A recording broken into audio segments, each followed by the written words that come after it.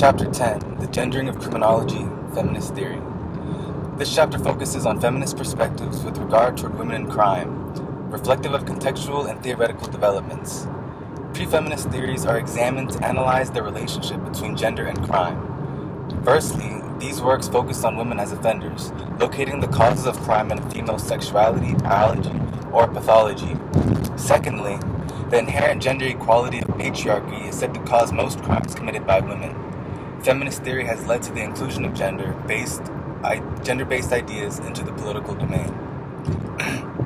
A woman named Cornelia led a reform movement as a voice for equality in Seneca Falls, New York in 1848 during the first Women's Rights Convention. An excerpt from the Communist Manifesto states that the Industrial Revolution has reduced the family relation to a mere money relation.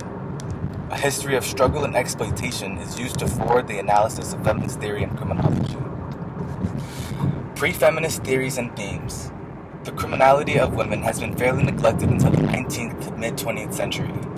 Then female crime is assumed as universal, individual, psychological, or physiological characteristics rather than the conditions in the existing social structure. Good women equaled not criminal, bad women equaled criminal. Crime resulted from individual choice, voiding any influence from the outside world. Cesare Lombroso, father of modern criminology. He argues that female criminality is inherent to non-feminine women, physical features including bone structure, blemishes, height, and skin/hair tones. Good women could not think like a man, and therefore were not like criminal women. There was an odd affinity of disposition toward mental and physical pain, labeling criminal women as abnormal. W.I. Thomas. To Thomas, men and women were fundamentally different. Men were chaotic and destructive, while women were more conservative of their energy, much like plants. He attributed the decline of women's stature being due to either lack of superior motor ability or the subjugation of a woman's sexual freedom to the adjustment of monogamy and being treated as property. Rehabilitation and prevention. While former Lombrosian methods of dealing with criminals was to sterilize and isolate crime offenders, Thomas saw anyone as able to be socialized to prevent antisocial attitudes.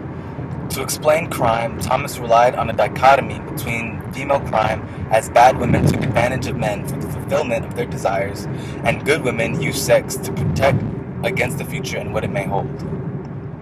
Sigmund Freud. To Freud, anatomy is destiny, and thus having inferior anatomy made sense for women to occupy inferior roles. Women developed an inferiority and compensated by being exhibitionistic, narcissistic, and well-dressed, explaining their little sense of justice, scant broad social concerns, and few significant contributions to building civilization, according to Freud. Men equaled rational, women equaled irrational.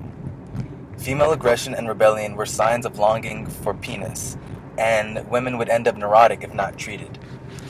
Freudian-based treatment was led to have women fit into a society as defined by men, instead of changing the society to fit the needs of the woman. Otto Pollock. Pollock argued that while men could not hide their emotions or their failure to perform due to the existence of an erection, women could hide their emotional involvement to a degree. Chivalry is said to have led to the rates of female crime to be hidden. Next part is the emergence of new questions, bringing women in. First, could general theories of crime created by men become generalized or applied to women? Secondly, are class, race, and age still at the core of criminological theory? The narrowing sex ratio in reported crimes is partially due and result of modifications in law enforcement policies regarding chivalrous treatment. Criminal justice systems were always more concerned about the proper sexual behavior of girls over the sexual behavior of boys. 1920. The 19th Amendment to the Constitution, nationwide suffrage to women. The first wave of feminism is over. The second wave. From women's emancipation to patriarchy. Women's emancipation and crime. Prior to the late 60s and early 70s, criminologists reported that women simply committed fewer and different crimes. Increased share of arrests for property crime but not violent crime. The current market provides a greater availability of credit for women, instigating shoplifting, passing bias checks, and credit card fraud. Second, the law enforcement and court attitudes are changing to be less lenient with crimes and female criminals. Patriarchy and crime. Focus on men's power over women. The difference led women in powerless types of crimes, like prostitution and small-time fraud. Varieties of feminist theory, early feminist perspectives. Liberal feminism emphasizes gender socialization as the cause of crime. Each gender commits crimes consistent with role expectations. Marxist feminists believe that the division of labor between gender and class combine to determine social position. Radical feminism sees crime as an expression of men's need to control, due to the biological fact that men are born to be aggressive and dominant. Social feminism attempts to merge Marxist and radical feminism, arguing that behavior is shaped more by social forces, being socially constructed and alterable. The intersection of race, class, and gender. Early contributions for female perspectives implicitly treated women as just existing within the structure of inequality under patriarchy, but current theories observe crime as being shaped by the intersection of race, class, and gender. By 1991, Sally Simpson illustrated that African American females were more involved in homicides and aggravated assaults than white women, concluding that gender alone did not account for variation in criminal violence. The combination of changes in divorce laws, occupational segregation including low pay for women, and with the rise of single-parent mothers living in poverty provides correlational evidence between African American females and crime.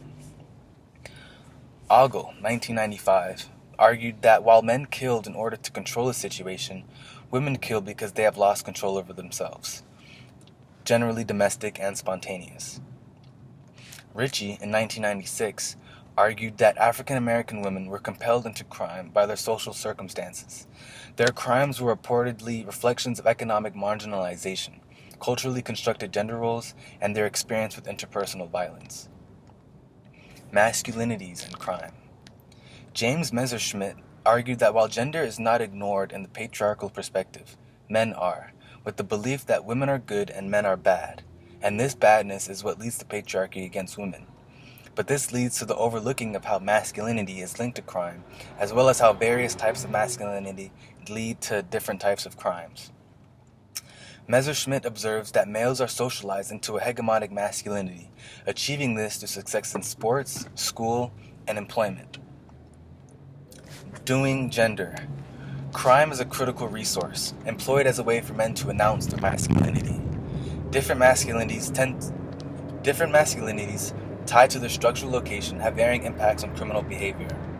Wife beating is seen as a practice amongst men who are in economically precarious situations, and the inability to prove their masculinity in the public realm leads to the ultimate control of the domestic through the use of violence. Male peer support theory.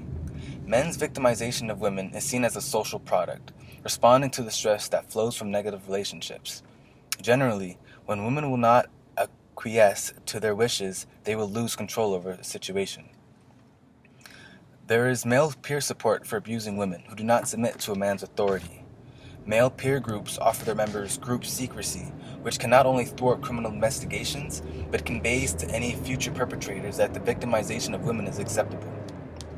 There are 3 factors. The first, male peer groups sexually objectify women. The second, the heavy abuse of alcohol. The third, the absence of deterrence for their actions. Gendering criminology. Gendered pathways to lawbreaking.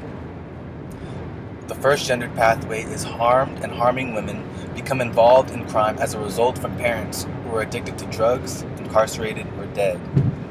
2. Battered women had committed murder or assault against an abusive man. 3.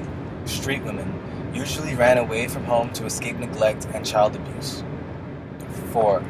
Drug-connected women were likely to have become involved in the drug market through a male family member or friend. 5. Other women, to describe females that are rather educated, employed, and non-offenders, engage in crime with a desire for money. The gendered theory of offending includes 5 theories. The first is gender norms and folk concerns. The second is moral development and affiliative concerns. Third, social control. Fourth, physical strength and aggression. Fifth, sexuality. These factors influence the circumstances and nature of crime. Postmodernist feminism and the third wave. Emphasis on deconstructing traditional explanations and categories of crime and offenders found, the racial, class, and gender stratification resulting from Western civilization. Third wave emphasizes an inclusive and non-judgmental approach that does not police or maintain the political boundaries employed by the second wave. And lastly, mandatory arrests for domestic violence have become widespread. Changes in rape laws as well as rape shields, a protection from being raped twice, once accused by the accused, and the second by the probing of one's past sexual behavior in court. Moving on, complemented by 3 approaches. The first, relational theory. Second, motivational interviewing. Third, cognitive behavioral intervention. In order to form a new transformative feminist criminology, it must explicitly theorize gender, contain a commitment to a broader social justice, and must increasingly be global in scope.